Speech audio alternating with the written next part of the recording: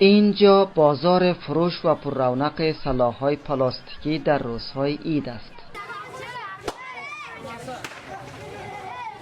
اطفالی که در گرد فروشنده های سلاح‌های پلاستیکی حلقه زده اند در فضای جنگ بزرگ شده اند.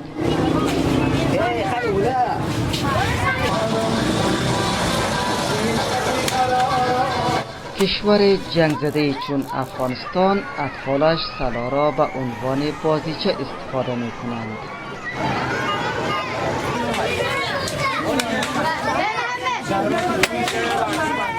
وقتی که بچه خرج میدیم شعار میره، پدرشان وقتی بیادرشان خرجی داد اونا رفته، ولی رسم های زیادی مثل توپنچه پتاقه میگیره کتشان بازی میکنه، ولی زیادی رسم اینم تو بچه هاست توپنچه است که توپنچه بازی کرده میگرده دیگه. اینم یک چیز هست داخل بسیار مد شده دیگه.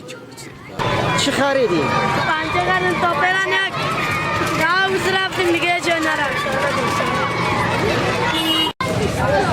این اطفال در حالی از این بازیچه ها استفاده می کنند که سلاح و خشونت اکثر ولایات افغانستان را ناامن ساخته و هزاران خانواده آواره و صدها تن در هر ماه کشته می شوند.